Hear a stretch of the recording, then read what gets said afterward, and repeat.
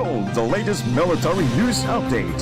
This is AFP Community News, hosted by Rofh Suzon every 12 noon, Mondays to Fridays. Only here on DWDD Armed Forces Radio. One AFP for a stronger Philippines. Philippine Air Force unveils first full-motion flight simulator to boost pilot training. AFP debunks false claims on Mi-17 helicopter procurement cancellation. Palace assures that the government is looking for ways to ease Metro Manila traffic. Families of missing sabuleros welcome DOJ's decision but vow to continue their fight for justice.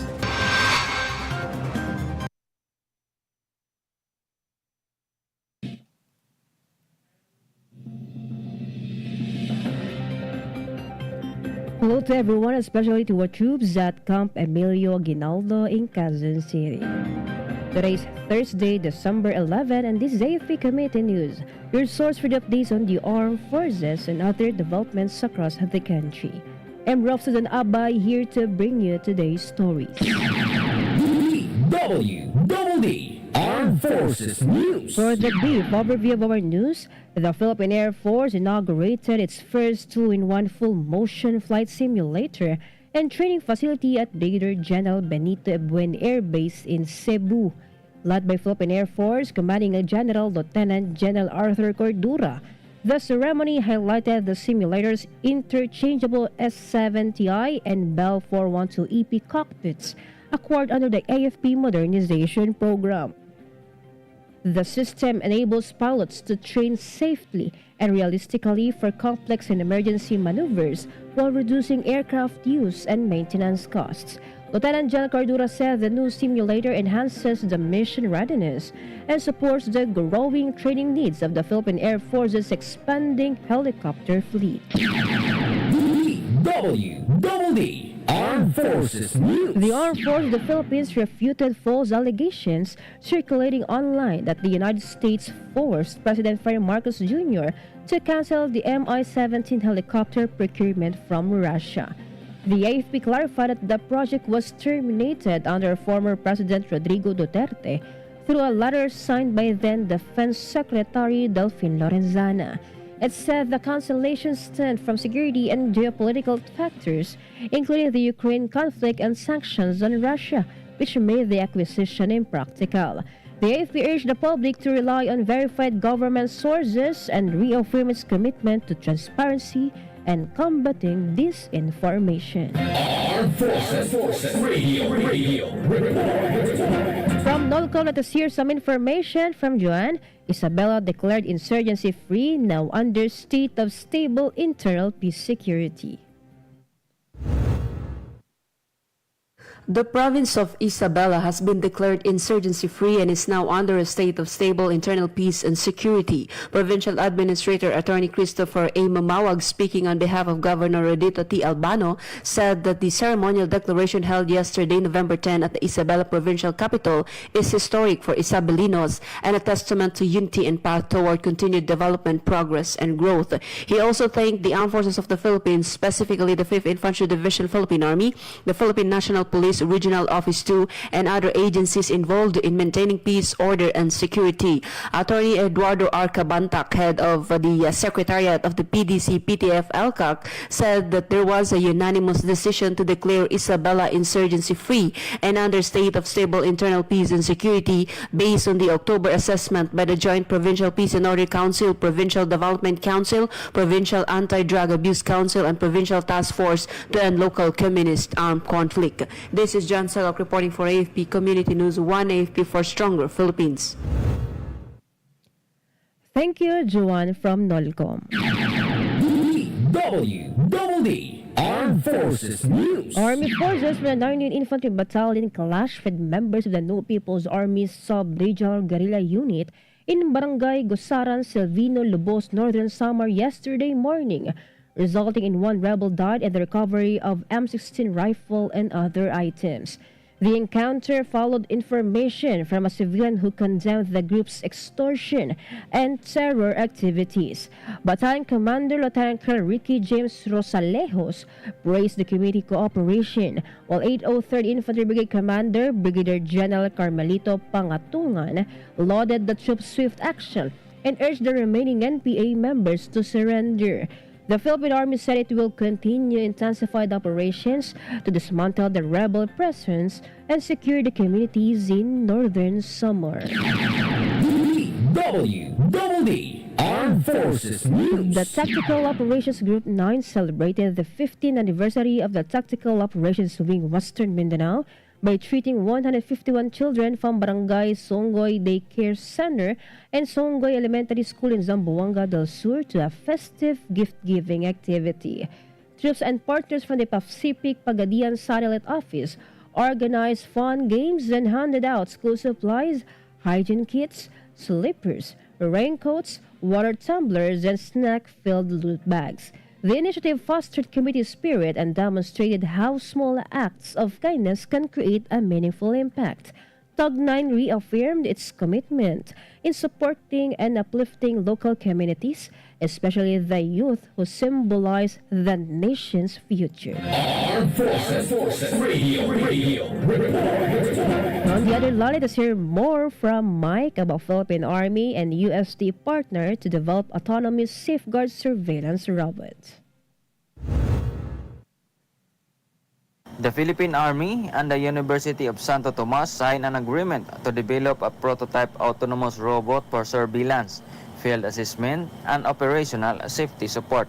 UST's Research Center for the Natural and Applied Science will lead the Commission on Higher Education funded Safeguard Robot Project, which aim to advance ground-based unmanned technologies for mission support. Under the deal, UST will manage research protocols and implementation, while the Army's Research Development Center will provide technical expertise in design, development, and testing. The project reinforced the Army's commitment to self-reliant defense posture and modernization through strategic research collaboration. This is Mike reporting for AFP Community News, 1 AFP for Stronger Philippines. Thank you so much, Mike. DWDD Armed Forces News. The Philippine Navy asserted its resolve amid the presence of about 300 Chinese maritime militia vessels across the West Philippine Sea, with AFP spokesperson of West Philippine Sea, Rear Admiral Vincent Trinidad, confirming that the 101 ships sighted over the weekend are part of an estimated 350 militia boats spread throughout the area. He said these dual-purpose fishing vessels serves as China's force multipliers, anchoring in various locations to project occupation within the Philippine Exclusive Economic Zone.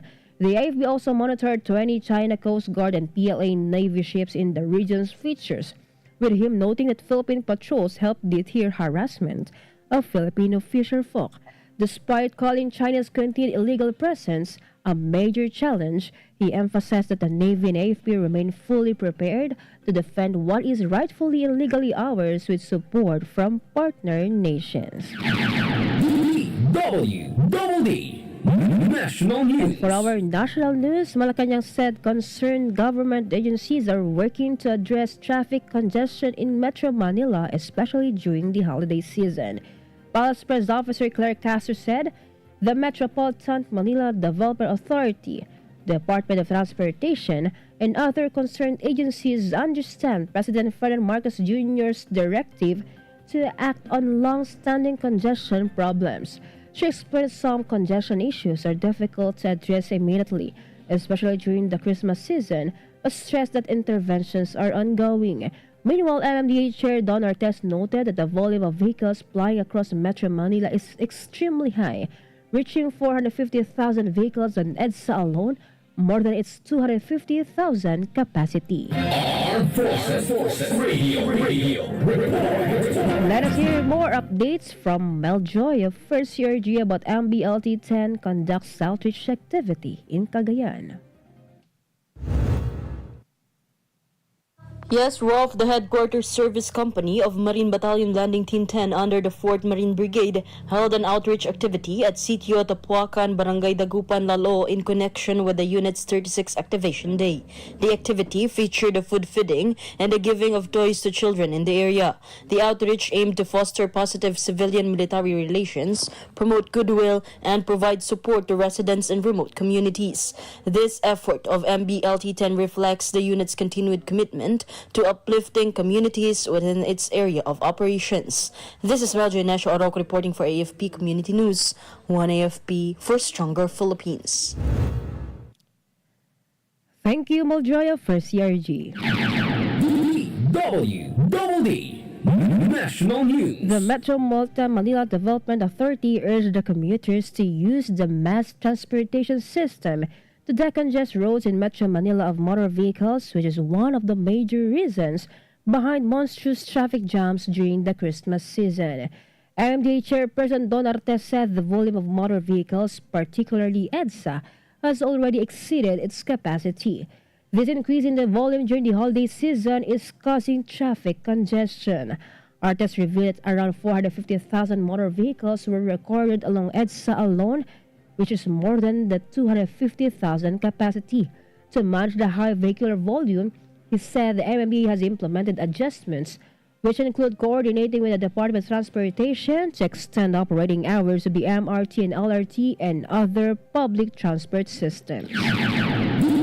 DWDD National News. The Department of Social Welfare Development warned the public against misleading Facebook posts announcing an alleged Christmas bonus payout for Pantawid Pamilyang Pilipino program or 4-piece beneficiaries. Assistant Secretary Rindom Lau said the DSWD has received reports about social media posts alleging the distributions of Christmas bonus for 4-piece beneficiaries. She emphasized that this is not true and this could be a mechanism for online scammers to obtain private information on the beneficiaries. The DSWD spokesperson also cautioned the 4-piece beneficiaries in clicking the links and reposting the said posts to prevent public confusion. Armed Forces Radio Report. From our report on the ground, let us hear the report of Shaira about Philippines and France advanced defense ties in 5th Joint Defense Cooperation Committee meeting. Yes, good afternoon. The Philippines and France convened the 5th Joint Defense Cooperation Committee meeting to review progress and expand cooperation in defense and security. Assistant Secretary Marita Yoro led the Philippine side and highlighted advances such as French Navy participation in Balikatan 2024, multiple port calls, and ongoing negotiations for the proposed status of visiting forces agreement. France, represented by Rear Admiral Jerome Thielier, reaffirmed its strong commitment to the Indo-Pacific and its role as a reliable security partner. Both nations discussed regional security issues and reviewed preparations for upcoming multilateral activities, including exercises Marara 2026, Balikatan 2026, and Sama-Sama 2026. This is Shara Rivera reporting for AFP Community News, One AFP for a stronger Philippines. Thank you so much, Shaira. DWDD National News. For other national news, the Department of Social Welfare and Development expressed gratitude to the public after the latest Pulse Asia's Ulat ng Bayan survey that showed that DSWD is one of the 3 government agencies with the highest approval rating. 7 out of 10 Filipinos approve of the DSWD's performance. Assistant Secretary Rindom Lau said the public's high trust is not only for the DSWD, but for every development and social worker of the department and the angels in red who persevere daily to deliver the services and programs of the department. The same Pulse Asia survey also reported that DSWD Secretary Rex Gatchalian received the highest approval rating among all performance-rated cabinet members, with 61% of the public approving his work. DWDD National News. The Philippine and National Police and the Anti-Red Tape Authority have signed a memorandum of agreement to reduce red tape, streamline government processes, and ensure a more efficient, transparent, and accountable public service. Acting PNP Chief Lieutenant General Jose Melencio Nartates Jr. said that through this agreement, they are taking concrete steps to reduce red tape and enhance efficiency. He added that by working together, the agency can ensure public service that is not only fast and efficient, but also honest and reliable. The MOA further underscores the importance of inter-agency cooperation, reflecting both agencies' commitment in breaking down barriers in government and delivering faster, more accessible, and more effective public service. Armed Forces Radio Report. From Gina, updates about that the 4th IB supports a medical mission in Negros. Yes, Rofh, the 94th Infantry Battalion participated in a medical mission in Barangay Biak na Bato, La Castellana, Negros Island region. It was organized by the Sugar Regulatory Administration, Corporate Social Responsibility Corps, in partnership with the La Castellana Rural Health Unit and barangay officials. Residents received medical assistance and support through the coordinated efforts of all the participating agencies. The activity aimed to deliver essential healthcare services and enhance multi-sector cooperation in promoting public health. This is Gina reporting for AFP Community News, 1 AFP for Stronger Philippines. Thank you, Gina. DWDD National News. On the other hand, President Ferdinand Marcos Jr. emphasized the vital role of agriculture to the nation. He said that it is the soul of the Philippine economy. Marcos made the remark at the groundbreaking of the Korea Agricultural Machinery in Industry Complex and turnover of the Department of Agriculture's interventions to Central Luzon farmers. The chief executive also vowed to continue to advance the agricultural sector with technology and the support that the farmers rightly deserve, suited to the demands of the modern world. DWDD National News. Malacanang assured the public that there will be no special treatment in the case of businessman Atong Ang. Ang is facing multiple charges in connection with the missing sabongeros. Palace Press Officer Claire Castro emphasized that President Ferdinand Marcos Jr. always insists that cases should be filed based on solid evidence. When asked about public concerns over possible special treatment for Ang, Castro said Ang's case now lies in the court's hands. Armed Forces Radio Report. That is your more updates from CATH about Tug 5 leads joint retrieval effort for missing teen in Albay. Yes, Rofh, good noon. The Tactical Operations Group 5 of the Philippine Air Force conducted a joint retrieval operation for a 14-year-old who went missing after being swept away by a strong river currents in Barangay Salvacion, Santo Domingo, Albay. Coast Guard District Bicol Bureau of Fire Protection Region 5 and Philippine National Police Santo Domingo assisted the troops. The unified response enabled timely coordination and sustained search efforts on the ground. Tug 5 strengthened interagency cooperation through its key role in the mission and reaffirmed its commitment in providing rapid, reliable, and community-focused humanitarian assistance across the Bicol region. This is Kat reporting for AFP Community News, 1 AFP for a Stronger Philippines. Thank you so much, Kat. DWDD National News. The Justice for Missing Sabongero Network hailed the Department of Justice's move to file criminal cases over the disappearance of several Sabongeros, calling it a long-awaited step toward accountability after nearly half a decade of anguish. The group said the indictment of businessman Atong Ang and several others was a significant development, but stressed that it did not yet amount to justice.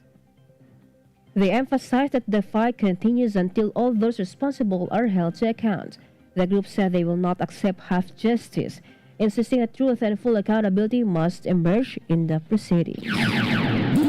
DWDD National News. President Ferdinand Marcos Jr. announced that the passport of former Ako Bicol Party List Representative Zaldico has been cancelled.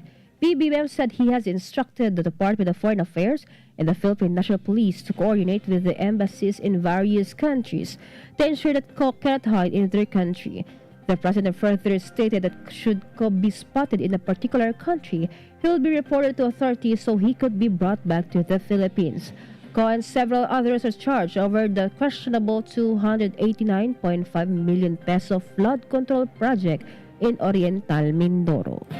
Armed Forces Radio Report. Some information from Ferdy about PMA midshipmen join ROK Navy reception aboard ROK's Hansando in Manila.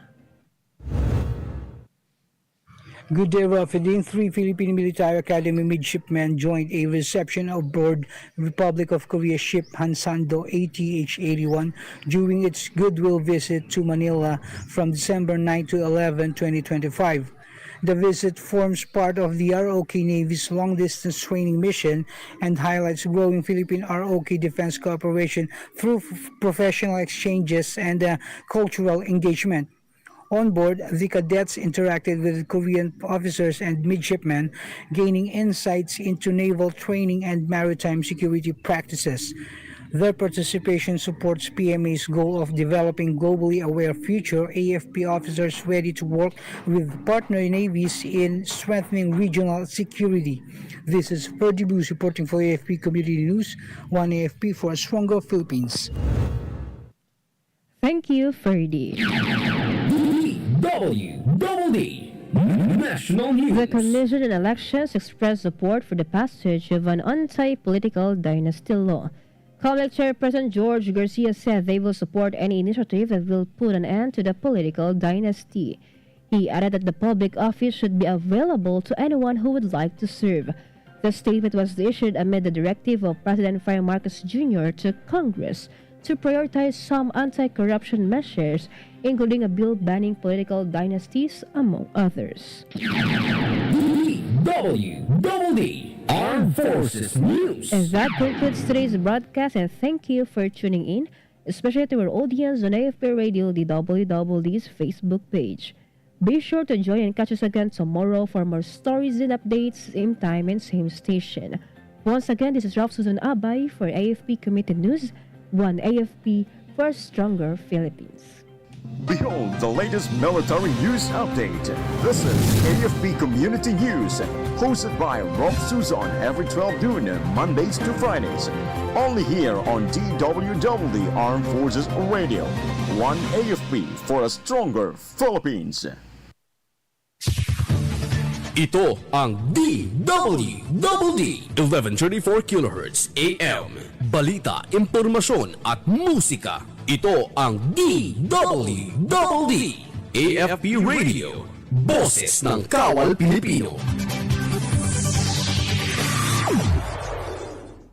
Kayo ay nakatutok sa DWDD AFP Radio. Kami po ay kasapi ng KBP, Kapisanan ng mga Broadcaster ng Pilipinas.